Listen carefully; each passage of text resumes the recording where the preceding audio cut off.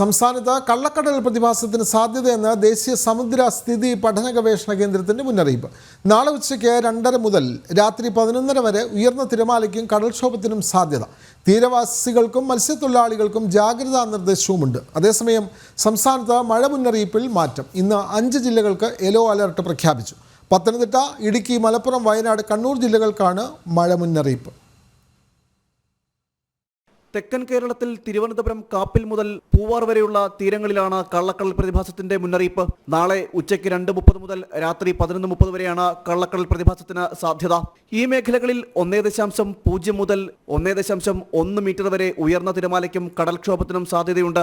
ഈ സാഹചര്യത്തിൽ തീരദേശ മേഖലയിൽ താമസിക്കുന്നവരും മത്സ്യത്തൊഴിലാളികളും ജാഗ്രത പാലിക്കണമെന്നും നിർദ്ദേശമുണ്ട്. ഇന്ന് രാത്രി 8:30 മുതൽ നാളെ രാത്രി 11:30 വരെയും കന്യാകുമാരി തീരത്തും കള്ളക്കടൽ പ്രതിഭാസത്തിന് സാധ്യതയുണ്ട്. ഈ പ്രദേശങ്ങളിൽ 1.2 മുതൽ 1.3 വരെ ഉയർന്ന തിരമാലകൾക്കും സാധ്യതയുണ്ടെന്നും കാലാവസ്ഥാ നിരീക്ഷണ കേന്ദ്രം അറിയിച്ചു.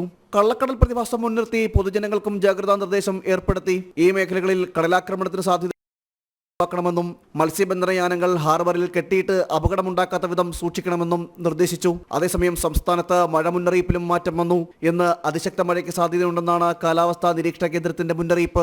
5 ജില്ലകൾക്ക് യെല്ലോ അലർട്ടും പ്രഖ്യാപിച്ചു. പത്തനംതിട്ട, ഇടുക്കി, മലപ്പുറം, വയനാട്, കണ്ണൂർ ജില്ലകൾക്കാണ് യെല്ലോ അലർട്ട്. മധ്യ പടിഞ്ഞാറൻ ബംഗാൾ ഉൾക്കടലിന് മുകളിലായി സ്ഥിതി ചെയ്തിരുന്ന ന്യൂനമർദ്ദം ചക്രവാത ചുഴിയായി ദുർബലമായി. ഇതിന്റെ സ്വാധീനഫലമായി ഇന്ന് ഒറ്റപ്പെട്ടയിടങ്ങളിൽ ഇടിമിന്നലോട് കൂടിയ ശക്തമായ മഴയ്ക്ക് സാധ്യതയുണ്ടെന്നും കാലാവസ്ഥാ നിരീക്ഷണ കേന്ദ്രം അറിയിച്ചു.